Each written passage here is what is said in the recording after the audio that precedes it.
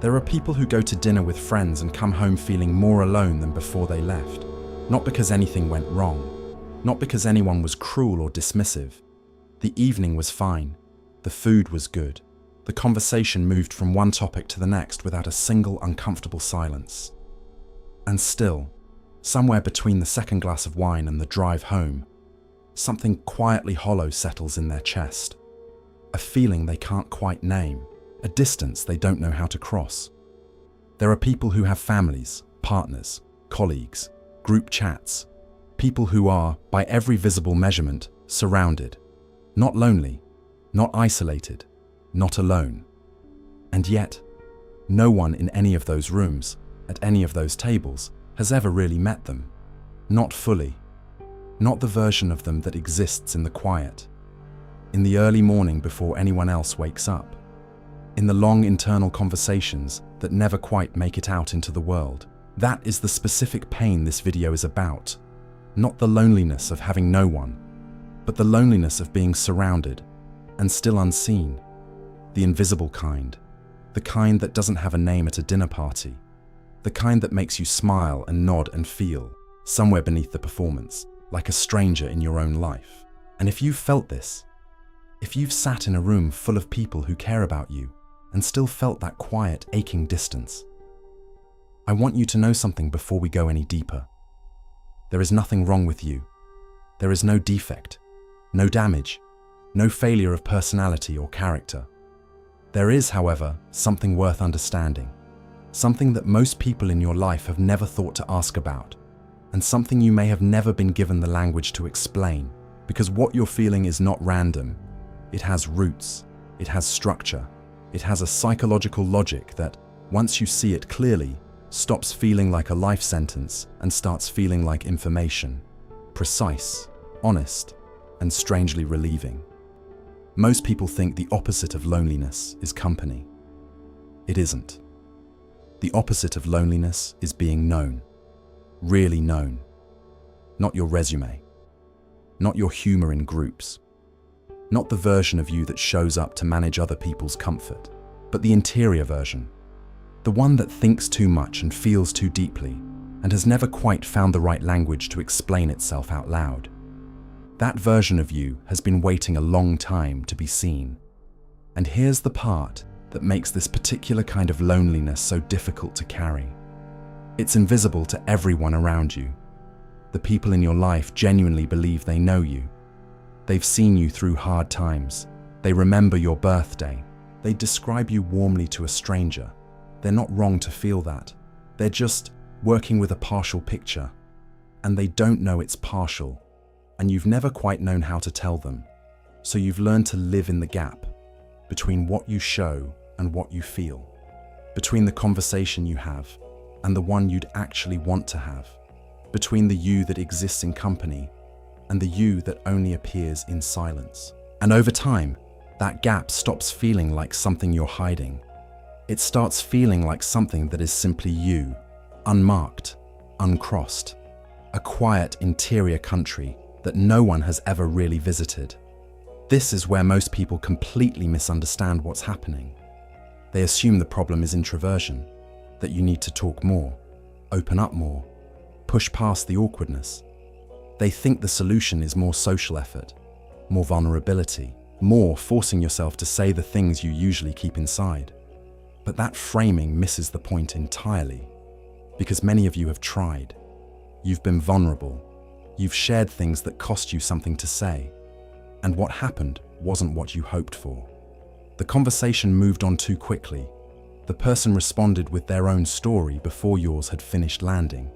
The thing you said with great care was received with warmth, but not with depth, and you felt somehow more alone after saying it than before. That experience, reaching towards someone and landing just slightly to the side of real contact, is one of the loneliest experiences available to a human being. And it's common among people like you, not because you're bad at connecting, but because you connect at a depth that most conversations aren't designed to reach. There's a kind of person who walks away from a perfectly pleasant evening and immediately begins mentally replaying it, not out of anxiety, but out of a kind of quiet grief. grief for the conversation that almost happened, for the moment that came close but didn't quite open, for the version of the evening where someone asked a real question and actually waited for the real answer. If you know that feeling, you understand something important about yourself. You are not someone who needs less connection. You are someone who needs a different kind entirely. Jung understood this. He wrote about what he called the persona, the mask each of us develops to navigate the social world, the professional face, the agreeable neighbor, the easygoing friend. Jung wasn't being critical. He understood the persona as a necessary adaptation, a way of moving through the world without exhausting everyone with your full interior complexity. But he also understood the cost. When the persona becomes the only version of you that others see, when the mask is so consistently worn that even the people who love you have only ever met the mask, something begins to quietly ache. The self beneath the surface starts to feel unknown, unvisited, real, but invisible. Jung called the deeper process individuation, the ongoing work of becoming who you actually are, beneath the adaptations, the performances, and the carefully managed impressions. It is not a comfortable process. It requires honesty about what you've been hiding and why.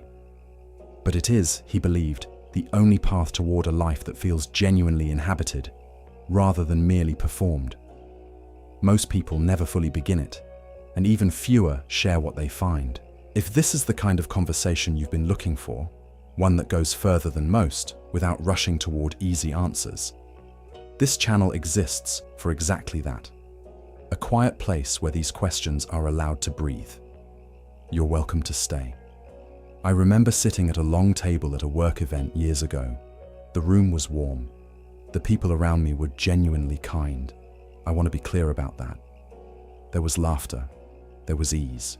And I was participating, smiling, asking questions, being by any reasonable measure present. But somewhere around the middle of the evening, I felt something shift. A slow, quiet underwater feeling, like the sound in the room had moved to a different frequency and I was still receiving the old signal. I was there, I was responding, and I was completely, entirely somewhere else. On the drive home, I sat with that feeling for a long time, not with judgment, just with curiosity. And what I understood, maybe for the first time with any real clarity, was this. I wasn't failing to connect. I was longing for a different kind of connection entirely, one that the evening wasn't shaped to hold. That wasn't a problem to be solved, it was information to be honored. And if you've had evenings like that, gatherings that looked fine from the outside and felt hollow from the inside, then you already know what I mean. You're not broken, you're not incapable of closeness. You are someone who experiences connection at a specific frequency, and most of the social world is broadcasting on a different one. But here's the part almost no one explains. That frequency, the depth at which you experience things, the way you carry conversations in your head for days after they happen, the way you notice what isn't said as clearly as what is, that isn't a liability. It is the very thing that makes real connection, when it does happen, so extraordinary for you. People like you don't experience shallow warmth as connection. You experience it as effort, and you're right to make that distinction. Because what you're looking for isn't more contact, it's more truth. Schopenhauer, who spent most of his life in deliberate solitude, wrote something that cuts close to this. He believed that the capacity for solitude, the ability to be alone with your own mind without restlessness or panic, was not a sign of coldness or antisocial pathology. It was, he argued, a mark of interior richness. A man can be himself only so long as he is alone, he wrote. If he does not love solitude, he will not love freedom. What Schopenhauer was pointing at is something worth sitting with slowly. For some people, the inner world is so full, so textured, so genuinely alive, that the outer world of surface conversation and social performance can feel impoverishing by comparison. Not because those people are better than others, but because they are built differently. Because their inner life requires different conditions to breathe. That's not arrogance. That's not misanthropy. It's simply a particular kind of person living in a world not entirely designed for them. But let's go one layer deeper, because something important appears here. If no one really knows you, if you've spent years, maybe decades, being present in rooms without being truly seen, where did the real version of you go? The answer, almost always, is that it didn't go anywhere. It retreated, carefully, quietly, over time, as a form of self-protection, as a response to environments that couldn't hold the weight of what you actually are. Think about what happens when you share something real and it lands badly. When you say something that matters to you and the room moves on in 4 seconds. When you show a part of yourself that feels significant and it's received with a polite smile and then forgotten. You learn, not consciously, but your nervous system learns. It learns that this, the real interior version of you, is not entirely safe to bring into ordinary rooms. So it becomes selective, careful. It waits for conditions that feel genuinely safe before it shows itself. And in the absence of those conditions, it stays quiet, watching, observing everything, present but protected. That's not pathology. That's wisdom, hard-won and worth recognizing as such. The part of you that pulled back wasn't cowardly, it was intelligent. It was responding accurately to real social information. And over time, it built something. A rich, complex, often extraordinary interior life, shaped entirely by depth rather than breadth. The cost, of course, is visibility. When you protect yourself from being partially known, you sometimes also protect yourself from being fully known. And that is the tension worth sitting with honestly. Let's make some distinctions, because they matter here. There is a difference between being private and being hidden. Privacy is a choice made from clarity. You decide what to share, with whom, and when. Being hidden is something that happens to you, a gradual disappearance that no one, including you, quite noticed as it was occurring. There is a difference between being selective and being sealed. Selective means your inner life is available. It simply has high standards for where it shows up. Sealed means the door has been closed for so long that you've almost forgotten where the key is.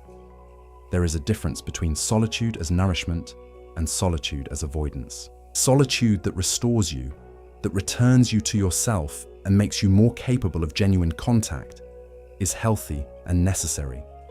Solitude that becomes a permanent hiding place from the risk of being known carries a different kind of cost. And here is the question worth asking yourself honestly, without pressure and without judgment. Which one are you living in right now? Not as an accusation, not as a demand for change, but as genuine curiosity about your own interior landscape. The kind of curiosity that, in itself, is already a form of courage. Because there is a meaningful difference between choosing not to be known and having quietly stopped believing you could be. One is a boundary, the other is a loss that deserves to be named. And then comes the part that changes everything. Because here's what most people in your position eventually discover, usually quietly, usually alone, usually in a moment they didn't plan for. The ache of not being known is not a sign that you need to perform more, talk more, share more with people who haven't earned it. Fill the silence with disclosures that cost you energy and return nothing of real value. The ache of not being known is a sign that you are still, somewhere beneath all the years of careful protection, looking for something real. It means you haven't given up. It means the desire for genuine connection is still alive in you. Perhaps quieter than it once was. Perhaps more careful. Perhaps a little more scarred. But alive. And that matters more than it might seem right now. Because people who have truly closed, who have genuinely stopped wanting to be known, don't feel this ache. They feel numbness, indifference, a flat kind of okayness that asks nothing and expects nothing. You feel the ache. That means the door is still there, not broken, not a sign that something has gone terribly wrong with you. It's a sign that something in you is still reaching, still honest, still willing, and waiting for the right conditions. This isn't a wound that never healed. It's a compass that never stopped working. Here's what you can do, gently, without forcing anything. It might mean allowing yourself to grieve the years of being partially seen, not with bitterness, but with honesty. Something was missed. Something real went unwitnessed. That deserves acknowledgement, not erasure. It might mean beginning to distinguish between the people in your life who receive you at depth and those who receive only the surface version, and investing your energy accordingly without guilt. Not everyone can hold what you actually are. That's not their failure. It's simply the reality of how people are built differently. It might mean practicing small moments of visibility, not dramatic vulnerability, not the full interior map all at once, but small, deliberate choices to say the real thing in the right company and see what happens, not to perform openness, to practice it. One quiet sentence at a time. It might mean finding one space, one conversation, one relationship, one community, where the deeper version of you is not only tolerated but actually wanted, where your depth is not too much, but exactly right. Those spaces exist. They are rare, but they exist. And part of your work, going forward, is simply learning to recognize them and to trust them when they appear. It might mean being kinder to the part of you that retreated, that version of you that learned to stay quiet, to manage impressions, to perform ease, was doing its best with the information it had. It doesn't need to be criticized. It needs to be gently thanked and then slowly released. It might mean accepting that being fully known is not something that happens all at once, not with everyone, not on a timeline that looks anything like what you see in other people's lives. For someone like you, it happens slowly, carefully, and only where the ground feels safe enough to hold the weight. Imagine this, a version of your life where you stop apologizing, even to yourself, for the depth of what you carry, where you stop measuring your social life against a standard that was never built for someone like you, where you have one or two or three people who actually know you, not the curated version, not the managed version, but the real one. And that is enough. More than enough. Imagine a life where the gap between your interior world and your visible life begins, quietly, to narrow. Not because you worked harder at socializing, not because you forced yourself into rooms that drain you, but because you finally gave yourself permission to be known, slowly, carefully, only where it's safe, and someone, somewhere, received what you offered with the care it deserved. That moment changes something. Not everything, but something fundamental. Something that, once it happens, you carry differently. Imagine a life where you stop trying to be known by everyone and start simply being known by the right ones, where the gap between your interior life and your visible life begins, quietly, to narrow. Not because you performed more, but because you found the rare places where performance isn't required. That is not a fantasy, that is a direction. And for someone like you, a direction is worth more than a destination. But here's the question that comes next. If part of the reason no one really knows you is that you've learned, over time, to stay protected, then what made that feel necessary in the first place?